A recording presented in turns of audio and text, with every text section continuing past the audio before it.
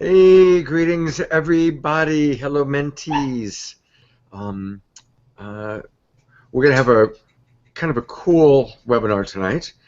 It's going to feature our beloved Katrina and her cards, and also a lot of I used to be an NVC guy, and I've kind of created my own thing. And Katrina, along with Lori Masters, has much more of an understanding and really more of an appreciation, I guess, for what I would call traditional nonviolent communication in NVC. So I think she's going to kind of talk about some of those things, and rather me saying what she's going to talk about, I'll turn it over to Katrina to tell everybody what she's going to talk about. And welcome as people come in. Hello, Larry, Maria, Rovena, Kathleen, and Jonathan. Welcome, everybody. I'm not hearing you, Katrina. David, do you know what's going on with Katrina's? It's on her end. She's not muted. There's something that we're not getting audio from her. We're not getting audio for you, Katrina. All right. There you go. There we are. Got it. Really? I'm on now? Now we hear. Now we can hear you. Fabulous. All right.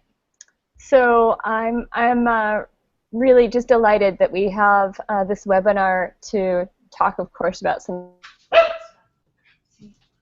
I got it. I would like to go into your room for the Harbin webinar. It's like Whitney's gonna want to cook dinner when she comes back. It's just okay. So I'm just letting you know. Facilitate. I'm distracted by some talking in the background, so I'm sorry. when you walk away, you gotta mute. Thanks. So it becomes a wonderful way for you to be able to facilitate yourself in a process when things get really challenging, but also it's a wonderful way to work with friends, work with clients, and empower your clients to start solving some of their own problems. It's a very simple and effective tool for learning how to sort yourself out. So I think everybody here on the call has heard a bit about let's see. I'm getting from Teresa, you can't hear me again. Is that true for others? You can hear me, David. I hear you. I can hear you. Okay, so hopefully that's been covered. So the Love Smart cards are based in nonviolent communication, and so there's 4 decks in the set. There are the universal needs, of course, and then there's the emotions connected to those needs being met or unmet. The 4th deck of cards, which is not part of nonviolent communication, is the character strengths set of cards. And as I'm sharing with you what the cards are about, the reason that I put that in there will become more obvious. So one of the immediate benefits of using these cards is simply that it builds your vocabulary around the language of emotions and needs. I think I've shared with everyone before, when I first met Scott, we started dating really early on, and there were times when I just felt emotionally overwhelmed. I had some kind of stress, some kind of challenge going on, and it just felt like it would take over my body. And Scott would ask me, what are you feeling and what are you needing? And I'd be like, I don't know. And it really was not accessible for me. And what was amazing to me about Scott is he would be able to guess very quickly, several emotions that I was probably feeling, several needs I probably had, and then he would suggest an offering, something he could do for me that would help to address one or more of those needs that I had. And I found this to be so miraculous. I was really thinking he was highly psychic, and certainly we all know Scott's quite intuitive and able to download a lot of really great information. But what he was doing was really just being skilled at empathy and having those words lists so integrated into himself that he had immediate access to them as he was listening to me. So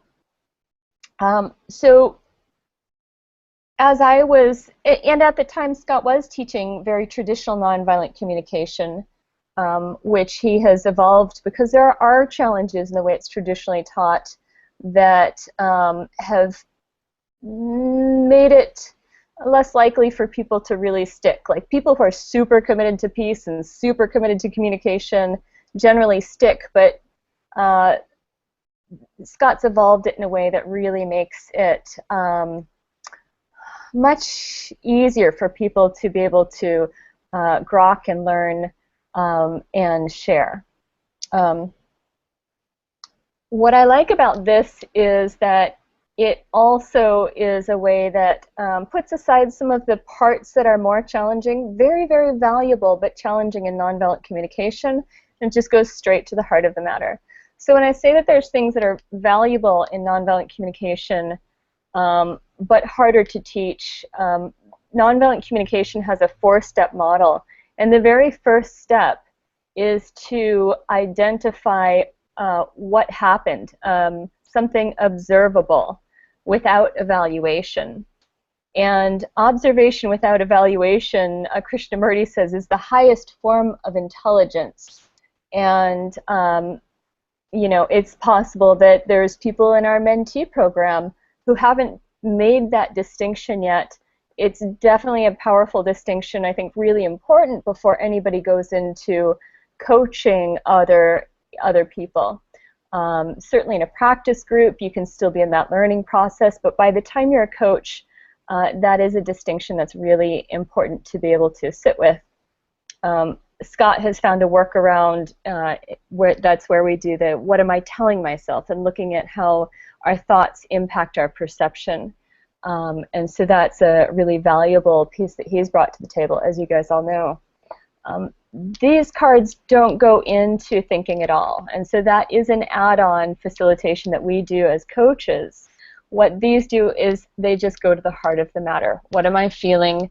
What am I needing? What might you be feeling? What might you be needing? And what's the opportunity here? And the opportunity includes gratitude, acknowledgement, and looking to see where we can grow our character strengths. So let me see. I'm just going to look at the notes. Good. Kathleen can hear me now. Great. Everyone can hear me. Fabulous. All right.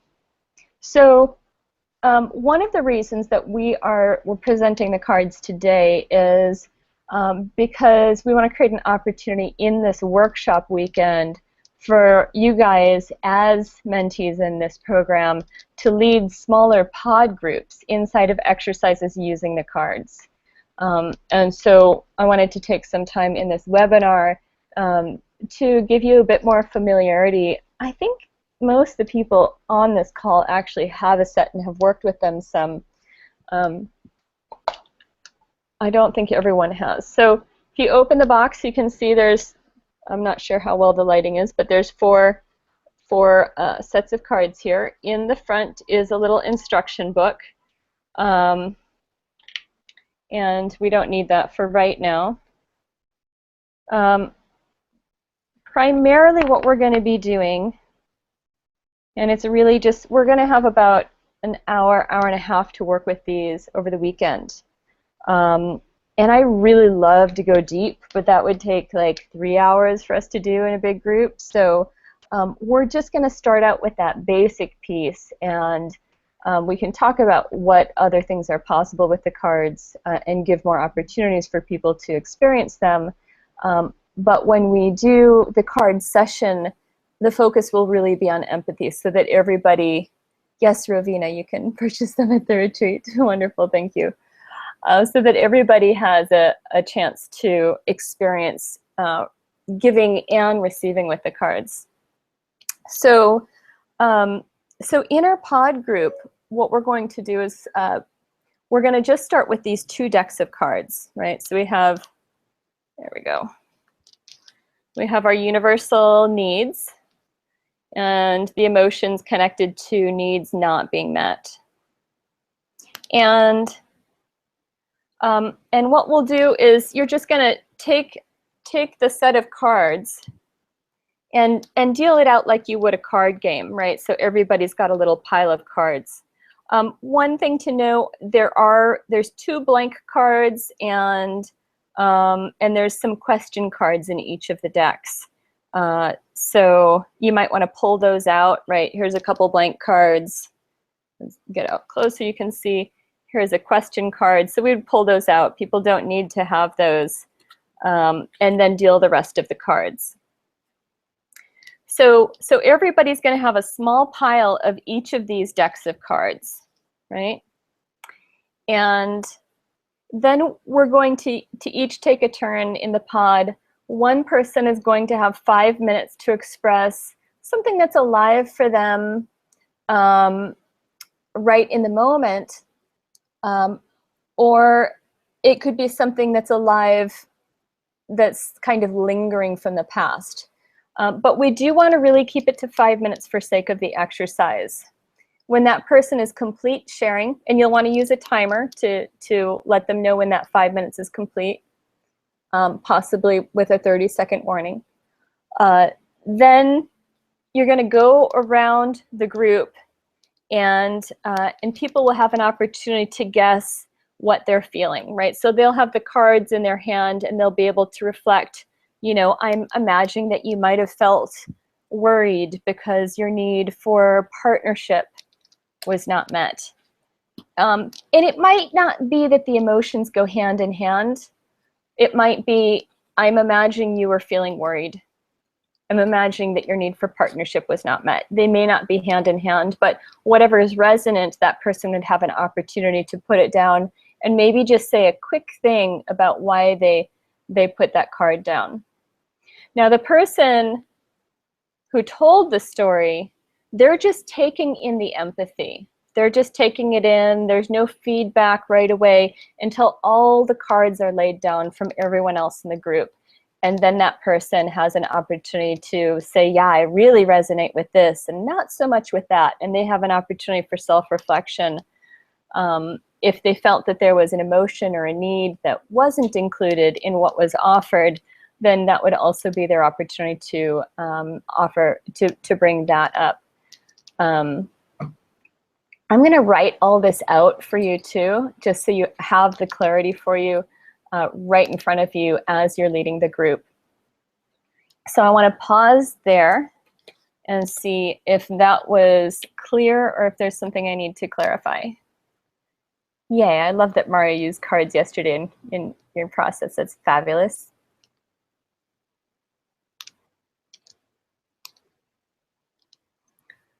So I'm not seeing any questions coming up. One of the great benefits of using the cards, as opposed to the lists that we have, is that when you look at one word at a time, you can really go, oh, does that resonate or not? Like, is there an ounce of worry in me right now or not? Right? And so it becomes really clear. There's even a somatic experience of resonance or non-resonance with each of the cards, whether they're emotions, needs, or character strengths. Okay, still no questions coming up. So I will assume that that's clear, but still, if you do have questions, please do post. So that's the basic exercise. If we give each person 5 minutes to tell their story, and then maybe 10 minutes for empathic feedback using the cards, that's 15 minutes per person, and so that's going to add up to a little bit over an hour. Depending on our group size, it could be an hour and a half. So as I said, just using these 2 decks of cards, we could easily use up all our time and really give people a powerful experience of what it is to practice empathy, receive empathy, but also to do it connecting with the cards. I want to let you know some of the other things that could be done. And, again, we're not going to have time for this in the workshop this weekend, but as you're working with other people, it's very valuable. So another basic practice, what if somebody says, gosh, I don't have anything, like there's no conflict, there's no challenge for me, life is really great. you could always pull out these cards, right? Instead, you could hand out all of these cards, and these ones, and do a gratitude practice, right? So it would be the very same exercise, but you're dealing these two decks, right? And somebody tells a story of how wonderful some experience was, and then people get to go around in a circle and they get to offer emotions connected to met needs and needs cards that would reflect empathic awareness of the great joy that that person is feeling.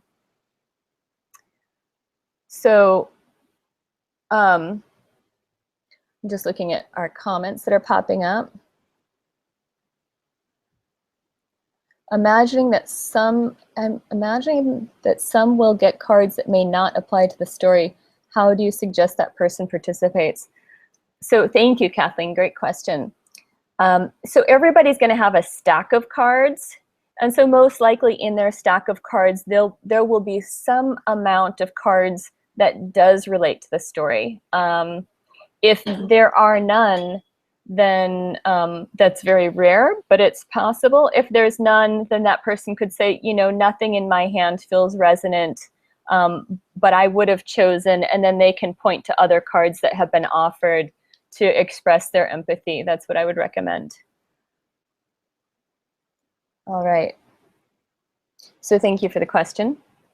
Okay, so that was game 2 is the gratitude game. And the primary, well, there's 2 things that you can do with this deck. So I'll call this game 3. And before I do that, I'm going to answer Larry's question. So the first game was empathy for a challenge, and that was the emotions connected to unmet needs and the universal needs cards, longings cards, right? The gratitude game is the second one that I spoke about.